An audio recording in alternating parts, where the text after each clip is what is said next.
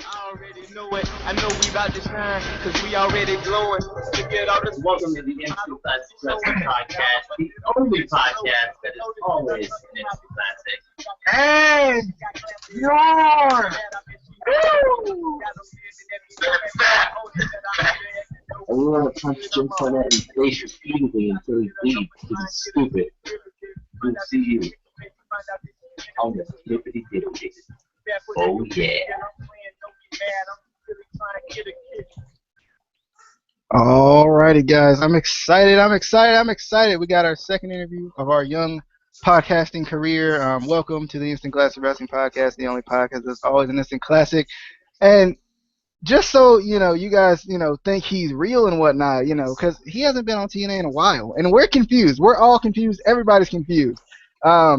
Just so he's still, he's still real. Darn it, he's still real. We are here with Jay Bradley, or Aiden O'Shea as he goes by in TNA now. How have you been, man? Like, where have you been? How have you been? What you been up to? Well, I wish I was on Impact Wrestling a little bit more, actually, why I speak right now. It looks like the show just kicked off, and I've got Maria screeching in my ear in the background in a little shiny one-piece dress. Man, I've just been to Chicago. That's about it. Hitting a little bit of indies here locally with freelance wrestling, Pro Wrestling Blitz, Great Championship Wrestling. And I'll be trekking up to the St. Paul, Minnesota area this weekend for Steel Domain Wrestling. It's a magic question of where I've been and what I've been up to. I wish I had an answer, as my dogs go ape shit. And I don't. I just been trying to be patient with, what's been going on as far as where the company's headed.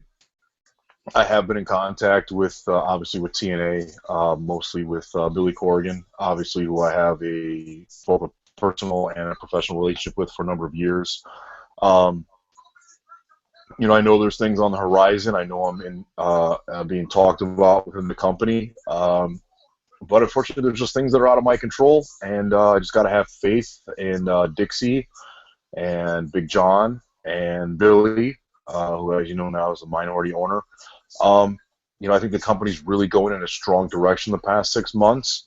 I think it's probably been one of the strongest, if not the strongest, wrestling show going from what I've seen. And again, it's just from what I've seen. I think the locker room is incredibly hungry right now. And I try not to use the phrase in a negative light, but it's like TNA 2.0. We've had a little bit of I want to say a reboot or a renaissance. We've gone on to Pop TV, you've seen a lot of new talent, new characters pop up, and even with tonight, with the final deletion match, you're seeing a lot of new ideas integrated.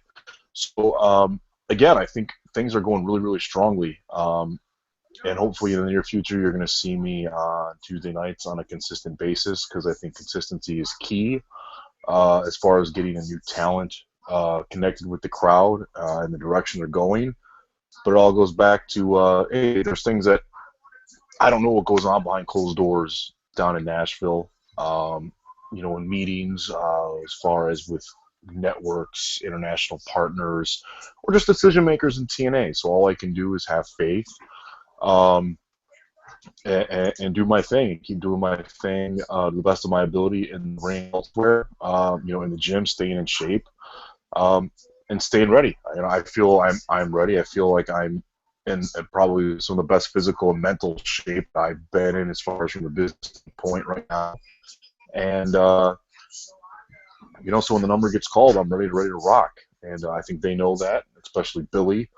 So again, it's just a matter of time when the number's called. Oh yeah, Billy Corgan's a guy I'm really high on. I like him a lot. I think he's one of those guys who has a good mind for the business. I feel like even more so than we see, or than we think about. And you've been you have that personal relationship with him. I think you wrestled in one of his indie promotions early on.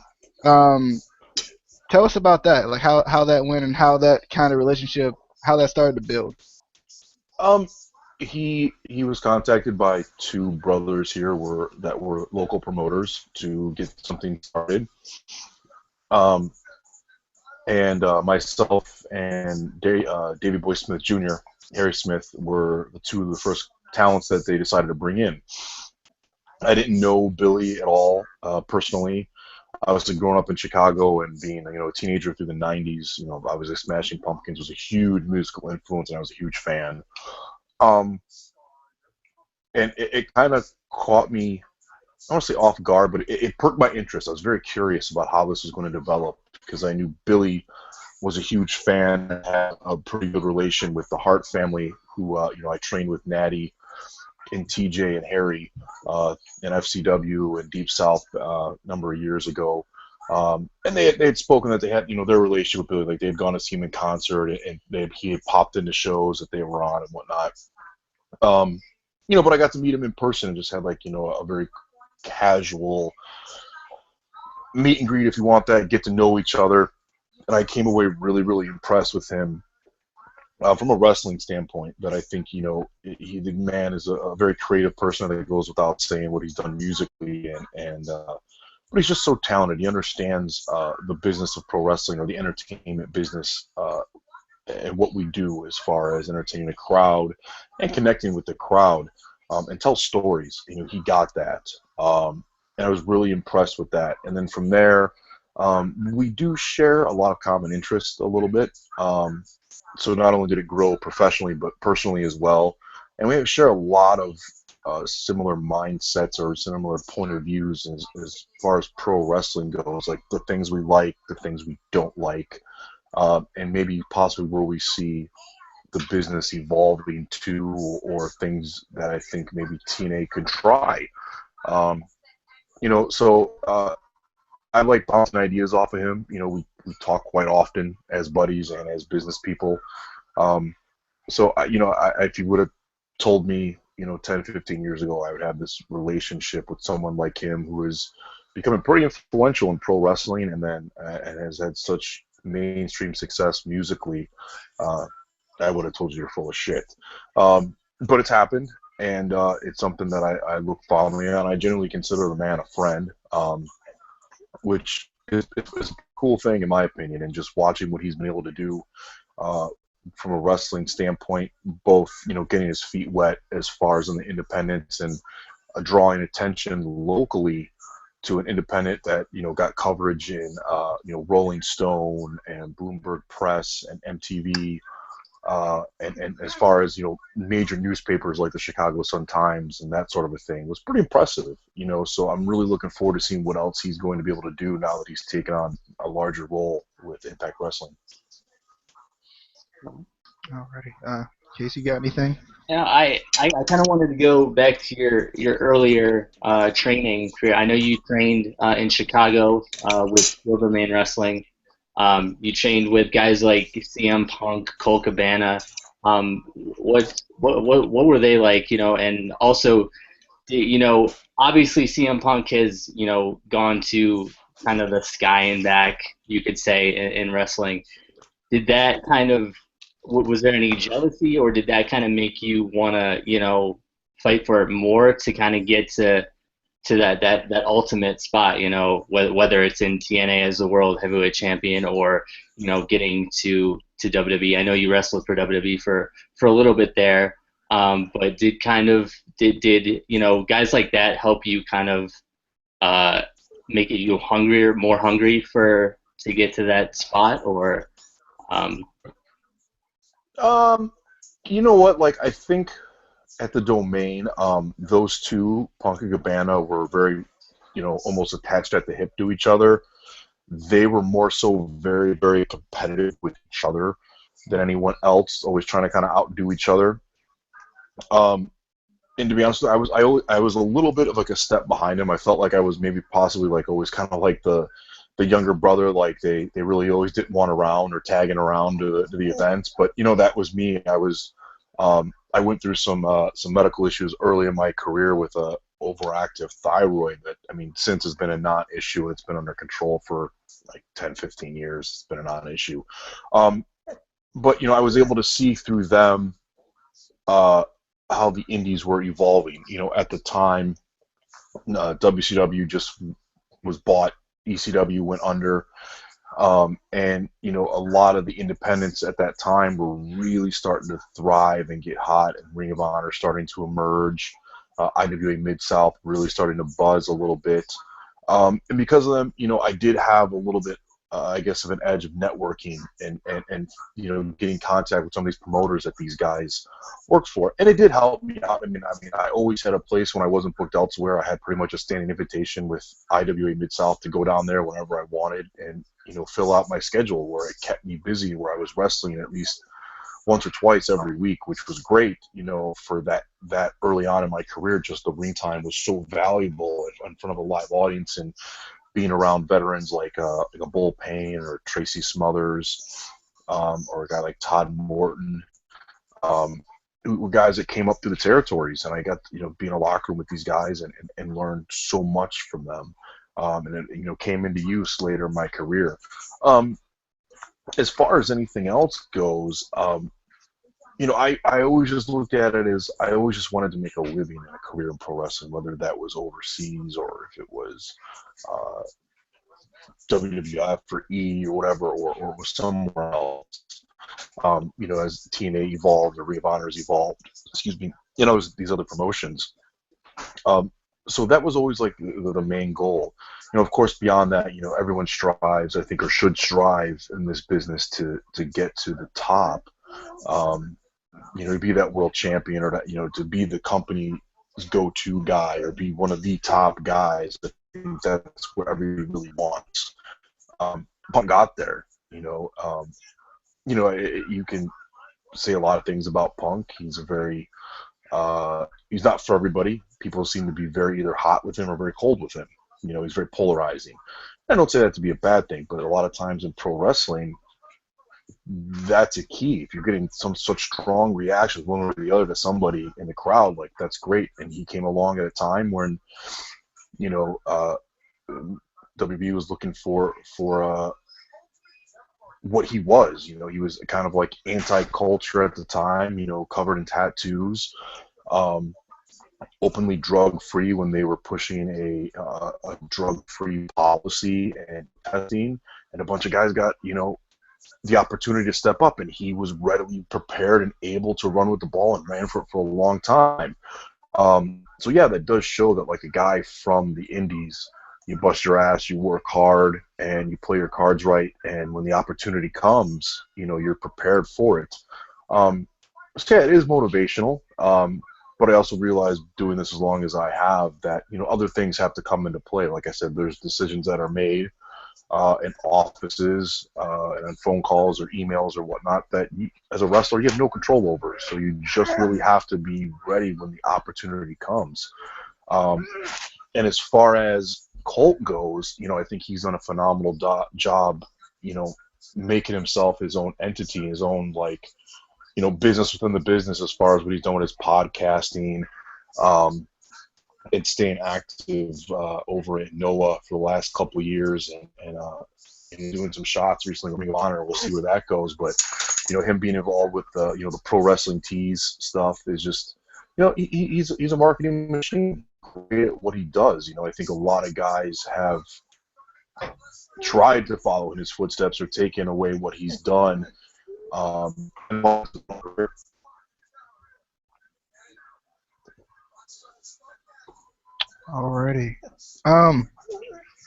So when you were in, you know, you had your early career, and then you ended up being signed by WWE's Developmental at the time, which was let me think.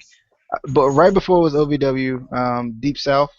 Right before it was OVW, just in general with the Developmental. What was kind of the difference, you know, between the Developmental that you were going into and, you know, the indie product that you had just came out of? Indies is very much like, you know, it's kind of every man for himself, and it really is in a lot of ways in this business in general, but more so on the indies, it's dog eat dog. You know, you're negotiating a match fee or an appearance fee.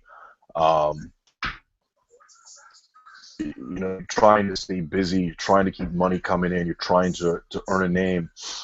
Now with WB, you know, if you're on a developmental system, you're getting paid weekly to train or develop yourself with helping your trainers into a talent or a product that you could then make money with. So it's much more business orientated, I think. It's not as lax, at any time. Hey, if you're not up to par, or you don't have anything, or you're getting lazy, you get fired. You lose your job. You lose your opportunity. You lose your paycheck. There's one or two bosses you really have to answer for. You have to answer to your coaches and take their lessons, but at the same time, if someone like Vince McMahon or whoever else is making the decisions at the time doesn't see anything, and you go away, you lose your opportunity, you lose your paycheck. Where on the independents, you got a promoter in every town, or multiple promoters in every town that you can bounce around or work for, or negotiate a higher rate for. So that was a huge difference. Plus, on top of it, you're depending on which camp we were in, Deep South, we would maybe have a show a week and have 4 or 5 practices. OVW was almost the opposite, where we would have 3 to 5 events in front of an audience a week, and we would have maybe 1 practice or a film session, a film breakdown. So those are the big differences. Okay.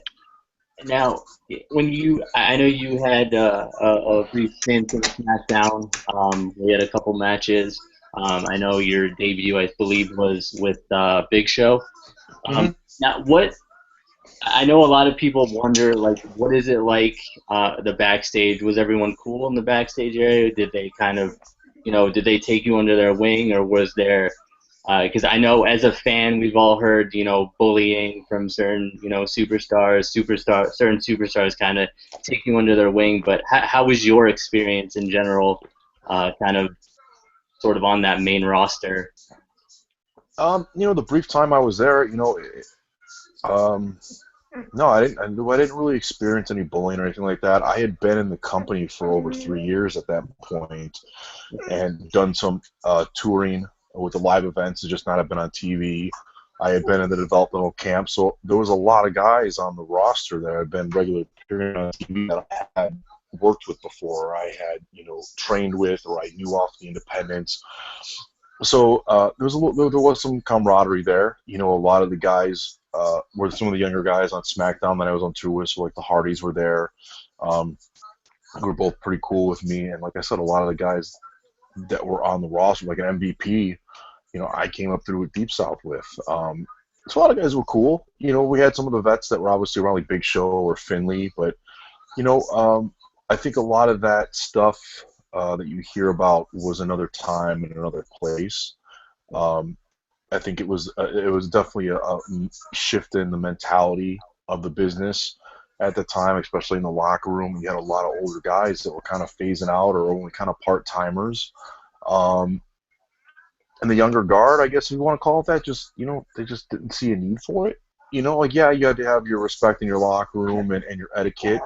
But as long as you handled that and you weren't a jackass and causing problems, I really didn't see much of anything like that. Alrighty. Still, in your time when you were in WWE, how long did you stay in developmental? Because I know some people, they have kind of that differing stints in developmental. Some people stay for what feels like forever. Some people, it's like, not as long. How long did you end up staying? Did you get kind of impatient with it, or was it kind of a quick thing? No, I was there for a number of years. I was actually in developmental, I think, almost 3 years before I was put on, TV for WWE. And it wasn't for a lack of effort or anything like that. Again, it was timing and their circumstances. Like, it was probably almost, like half a dozen times, like, I was called or told, hey, we're going to be pulling you up for this roster, for this storyline, and, things happened. Timing wasn't there. Someone would fail a drug test, someone would get hurt, or Vince would change his mind on things. And, that's just the way things are. The business changes daily. It's something that it's kind of hard to deal with, and it's frustrating as a talent. So, yeah, you do get frustrated. You get a little bit impatient. You just got to keep doing your thing, man. Just like I said at the top, just know like you have faith that the next step is going to be taken, and you're going to get an opportunity if you just keep working hard and keep doing your thing. It was something someone told me a while back during my time in developmental, and it was like, if you're good for business, there will be business for you, and if at some point in time you're good for business, the business will be about you. Whether it's a big push or it's the big opportunities or the big payoffs or whatever, and that's just kind of the approach I really tried to adapt from that point on, where it was like, okay, like I might not have what I want right now, or a big roster spot, but hey, like what else can I do to help make this company or this opportunity better, or what could I do to impact things in a positive way? If it's going out there and helping guys learn to get better, or if it was working an opening match, or it was preparing somebody for a big push to get to the next stop. Hey man, like I might not have always been the best thing for me, or I might not have always. I might have been frustrated with it or impatient with it, but it was an opportunity, and it's kept my career going.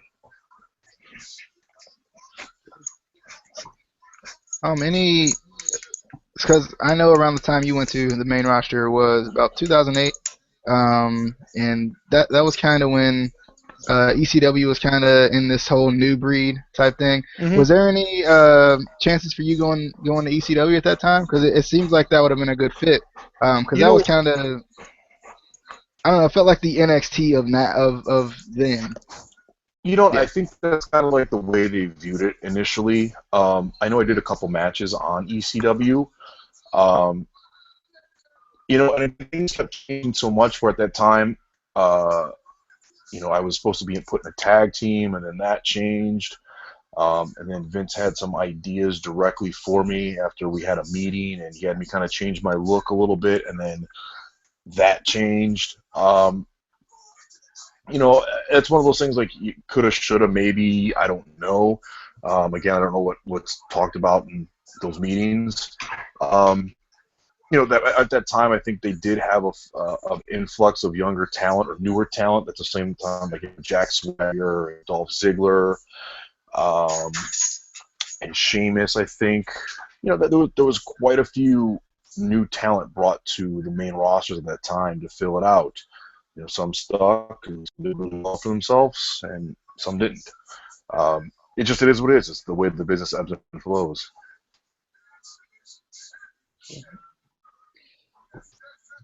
Now, I know you kind of debuted in TNA with Gut Check, which kind of was sort of a new idea that I believe Hogan kind of brought in a couple kind of new ideas, which seemed to work pretty well. What was the Gut Check like? I know, like, was it something where it was I know obviously matches are predetermined and everything, but was there one guy that they were kind of leaning towards as kind of winning, or was it just kind of as matches went, they kind of saw how you did and then did it like that? I always wondered that with obviously with other tournaments, it's kind of depending how they do it, but I know that was kind of a new idea at the time with the Gut Check bringing new guys in.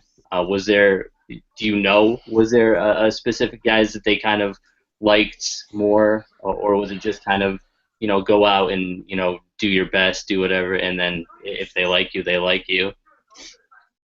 When I did my initial Gut Check, I had no idea. I got called literally, I think, on New Year's Eve by Al Snow, who was working in the talent development office at the time, and said, hey, like, there's an opportunity here. I need a guy to come in and do a Gut Check, and we're going to tweak it a little bit to where instead of one, non-roster talent, where it's going to be two guys. And that's all I knew going in. I knew it was going to be Brian Cage as well. I'm sorry. So that was the only thing I knew. We got to the building. I had a couple short video segments to film in the afternoon. Aside from that, I you guys found out who was gaining a spot on the roster when I did. They didn't tell us anything in the afternoons. Nothing was predetermined. I have no idea how much of it was thought out on their end. I pretty much the second night, I was pretty much showed where to stand in the ring for the segment across from the judges, and somewhat of a camera check spot for them so they could make sure they got us all on the shot. And I was told kind of, hey, if one of you is going to get sent to the back, the second one is a unanimous decision, you're in. If it's a split decision, you get a promo. And that's about it. As far as anything else with the gut check, I just was kind of operated like any other TV thing where you're just kind of told what your responsibilities are and what you need to accomplish that night when you arrive at the building and go from there. So no, it wasn't treated anything different as far as from my perspective, and you guys found out a lot of the same things the same time I did. You got to think that was kind of a raw emotion type thing. They were trying to because in my opinion, I feel like they would be trying to surprise you with it, like with who won, so you can kind of get those real emotions out. Do you feel like that's maybe something they were trying to do with that? I think so. I think that's the point of any wrestling match, I think, and maybe that's something that the business has got away from is that's what wrestling thrives on. We thrive on that raw emotion or that reaction from the audience. And energy. So I think maybe that's something that I think has kind of gotten lost in the last couple of years. And I think us as performers and as companies, we need to find ways to enhance that or get back to that. And maybe controlling and playing with the audience's reaction and doing things that elicit the reaction that we're looking to get, as opposed to what you see sometimes, the crowd trying to hijack an event or trying to be a part of the show as opposed to just watching the show and letting it unfold and getting emotionally involved or engaged in it. All right. No, I went back and watched that match actually earlier today because I wanted to go back and kind of go back in my head a little bit and review what all you've done and whatnot. And that match was only around 3 minutes from what the YouTube clip had said. Do you feel like you guys were getting enough time to really showcase what you guys could do? Because I felt like even though it was only 3 minutes, it did seem like you guys really did get to showcase a lot in that 3 minutes. Did you feel like you were getting enough time at that point? You know what? I don't remember the match being that short. Maybe that was just clipped. I thought the match maybe was a little bit shorter or a little bit longer than that, but I don't remember. It's been a couple of years. But you know what? I think that's part of it. It's no secret that pro wrestling is a television product nowadays. Being a television product, you've got to be able to accomplish what you need to accomplish in a set amount of time. Sometimes that time is cut really short. Sometimes you fall on the good side of things. You got a lot of time to play in the ring and tell your story. That's part of it. How much can you, I don't want to say cram into that short amount of time, but how much can you accomplish? Can you accomplish what we asked you to in this given amount of time? That's something that not everybody can. That's a skill you have to develop in this business. That takes a lot of ring time. It takes instruction. It takes opportunities to learn. So, I thought the match went well for both of us. I thought we both shined in certain spots and certain aspects, what we had to offer the company.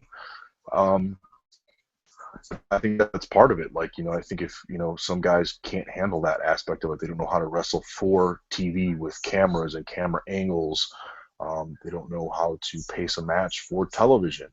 Well, if I'm giving you TV time that's costing thousands and thousands and thousands of dollars per minute, I'm investing that in you, you better be able to deliver.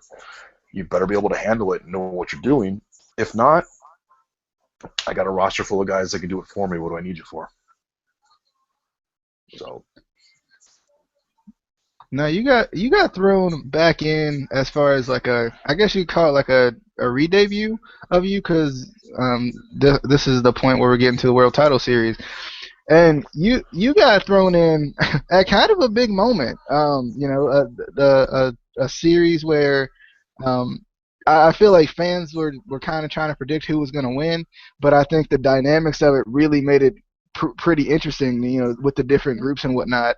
You know, it made it very interesting to kind of see, you know, what these guys could do in the time they were given. Now, how did you feel about getting that call, you know, to come back and re-debut in TNA at such kind of a big moment, kind of when everybody's watching, you know, with the world title series going on? You know what? Um, I had kept in contact with the TNA office, particularly Big John Gaburik, since I left.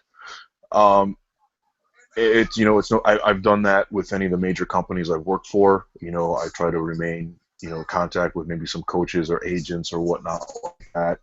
And people have helped me throughout my career. I just think it's good business practice. You're going to keep your business relationships open, your opportunities open, and see what comes your way. And when Big had notified me initially that they weren't going to renew my contract in like early 2014, he was very adamant. He was like, I like what you have to offer. I just don't have a spot for you. I can't pay you to sit at home. I can't renew you. Let's stay in touch. Call me, email me, and let's just, when the opportunity comes, or if the right story is there, or something changes, let's see if we can do business in the future and bring you back. So we had chatted, on and off, like, send them an idea or a polite message or, a quick phone call, that sort of a thing. And then when they had brought in Billy over about a year ago to join the creative side of things, Billy obviously being an advocate of mine, having worked with me before, and really knowing what I can do if given the opportunity. Where, here I know it's indies and it's TV, but here I'm carrying out and becoming a reason people are coming to the events here locally in Chicago, where we're drawing 700 and 1,000 people, and I'm putting on great matches for him and doing what he asks. Well, then Billy knows I'm capable of handling the workload, so he was one of the guys that he had talked to Big and Dixie about wanting to be in the company. But beyond that, he also felt that, there may be some sort of a changes, like, and if you say, like, a restart, if you want to call it that. And I always put the analogy out there that, he put a different coat of paint on what I do. What you saw was kind of the product of about a month-long brainstorm session via emails and texts and phone calls and whatnot, of just, Big was receptive of bringing me back into the company. They needed some talent. He knew I offered that, but they didn't want me to just be another wrestler in trunks and tights anymore. They wanted, something more. So me and Billy went to work and started throwing stuff at the wall and found out what sticked and did some test photos and test promos, and then they were shown to Big, and he had the good faith that I could pull this off, and really liked what he saw, and gave him more options and more stories to tell with the new direction and a new character. And when I got the call for that, I didn't necessarily know it was going to be the world title series. I had no idea until I got there that they were putting on a huge tournament, which was really cool to be a part of. I was actually really big fan of how it was done and how it developed over time. Every match meant something, thus the world title meant more. And you haven't been able to do that much in recent history, really stretch a tournament out like that with blocks and points, and really maintain people's interest with it and have the matches mean something. I thought it did well. I think out of that, we spun into Pop TV, and it was a really good springboard for that. With the creative side, I know some promotions, they just say, okay, you're going to be this is your gimmick, whatever. I know you said you kind of worked with them on the new kind of character gimmick, whatever you want to call it. Do you feel like TNA is more kind of receptive to your ideas, whereas with other promotions, they might just say, okay, this is your character, run with it. Do you feel like they're more of kind of taking your ideas, like, okay, maybe this might work, or do they just kind of tell you also more so what to do? It's a little bit of both. And what I mean by that is, if if if you have some sort of connection with the character or the persona you're portraying on TV, obviously as a talent, you're going to know what you can do strongly enough to enhance that or make it better. Um, and on the flip side of it, it goes back to having faith in your creative staff, whether it's Big, excuse me, Billy, or the two other writers, Dave and Matt, to have a feel for this character and how they can use it best, which goes to my other point of having it be timing. Yeah, I haven't been on TV for a bit now.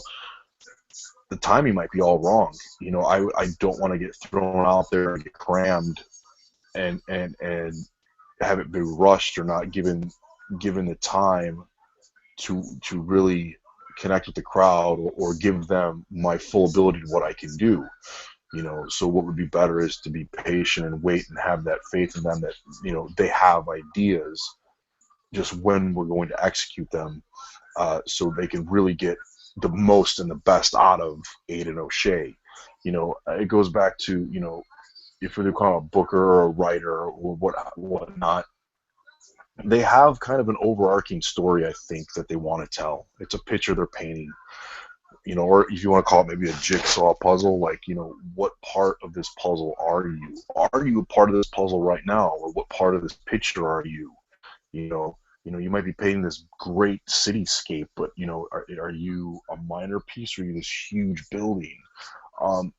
And there's always not room for everybody, unfortunately. There's going to be a rotation. Guys are going to come in. Guys are going to come out. Guys are going to go elsewhere. Guys are going to stick around and elevate themselves.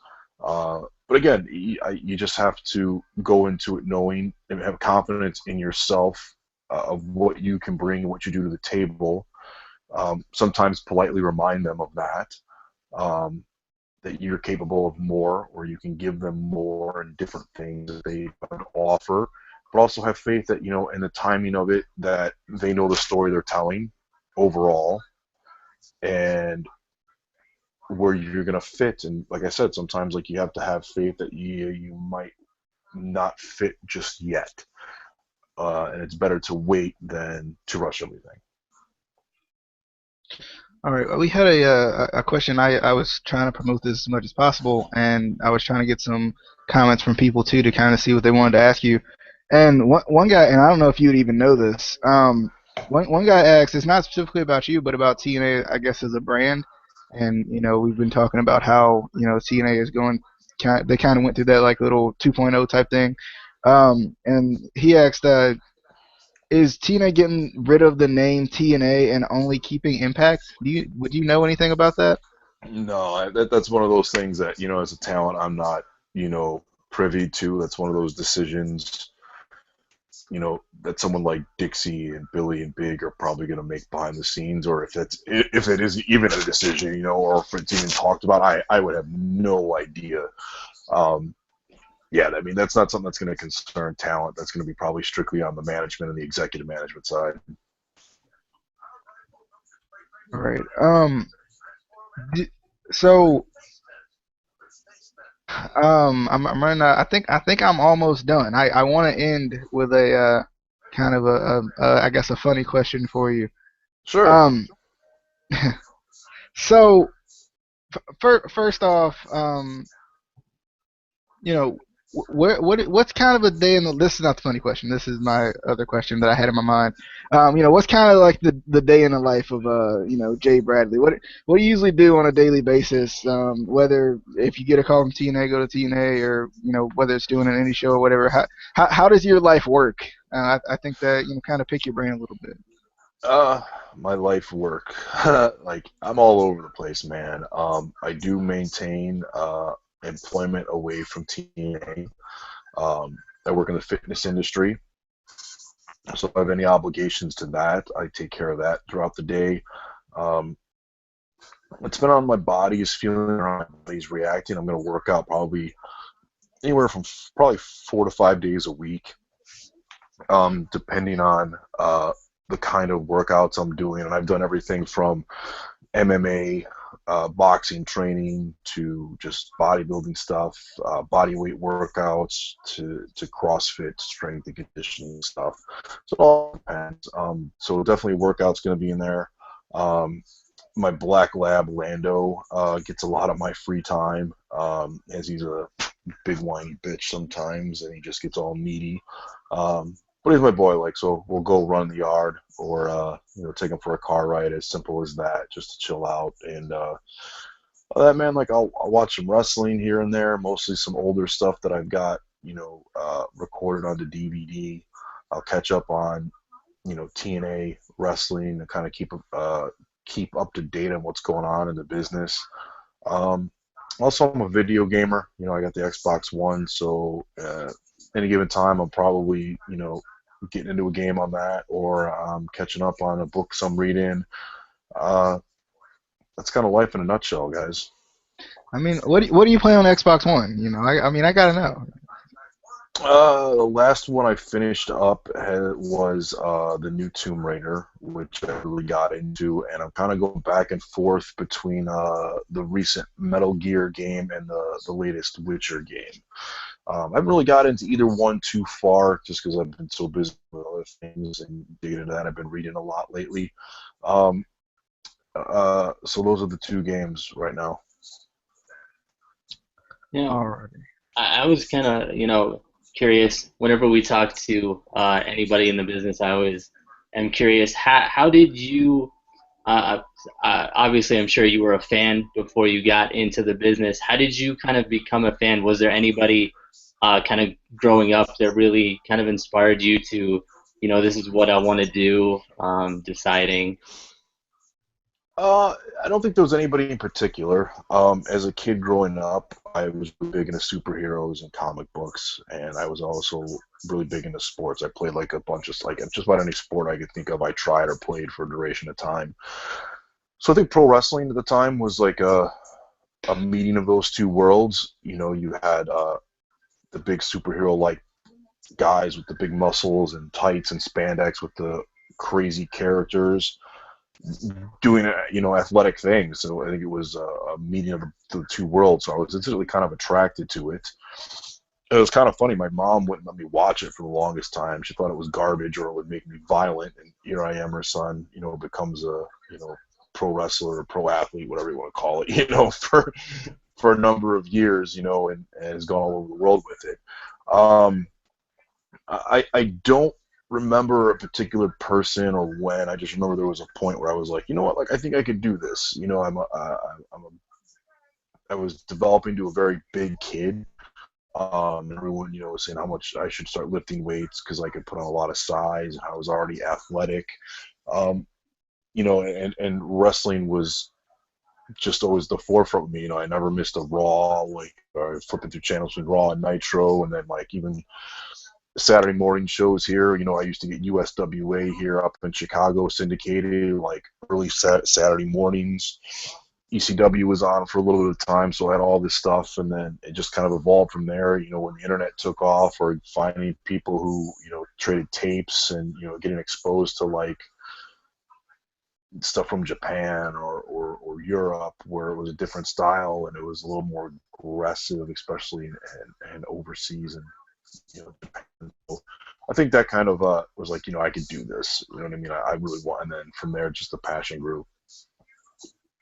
And do you still? I know you said you watch some old stuff on DVD. Do you still watch like WWE and other promotions whenever you can, or do you kind of just stick with TNA, kind of watching the weekly?